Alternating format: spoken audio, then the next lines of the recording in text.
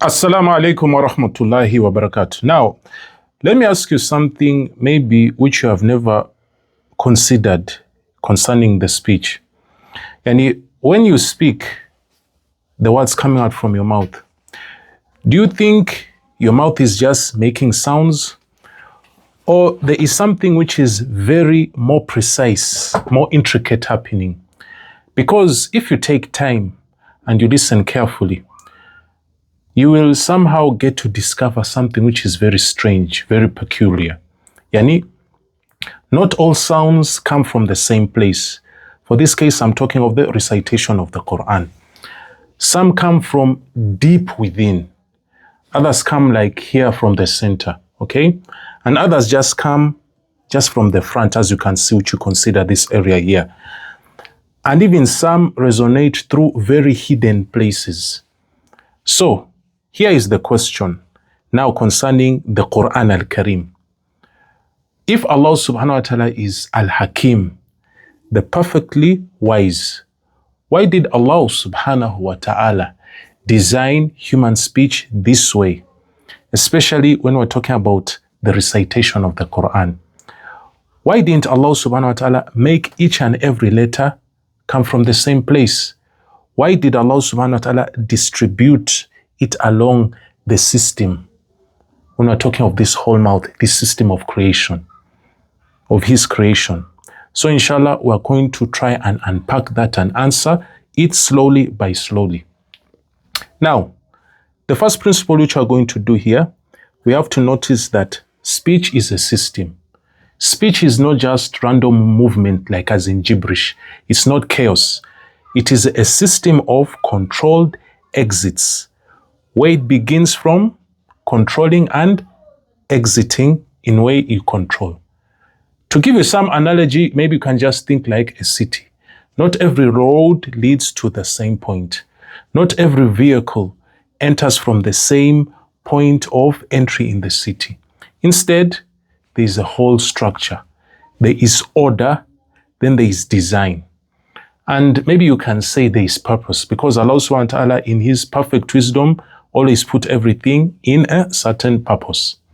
Now, when we look at the creation of Allah subhanahu wa ta'ala on the part of our body, which we use to articulate the speech of Allah subhanahu wa ta'ala, the mouth here is not a random organ.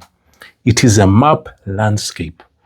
And the Quranic letters travel through this landscape with precision.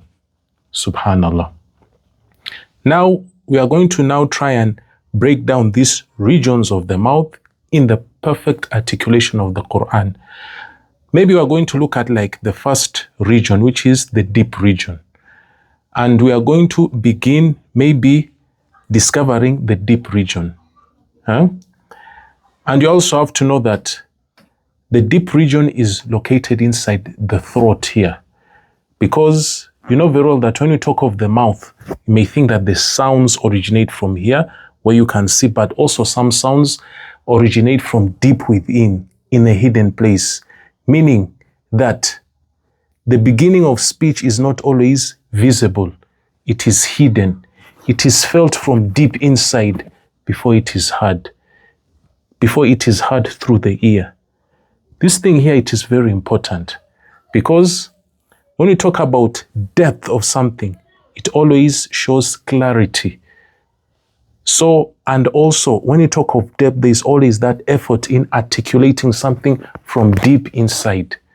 So, when the ear hears a sound that comes from deep within inside the throat, it carries that depth which we hear. Now, obviously, the question is, when we are looking at the book of Allah subhanahu wa ta'ala, is that why would Allah subhanahu wa ta'ala place some letters deep in the articulation points? Because meaning, as we said in the previous episodes, is not only understood, and it is felt.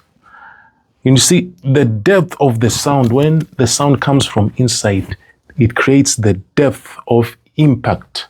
Okay?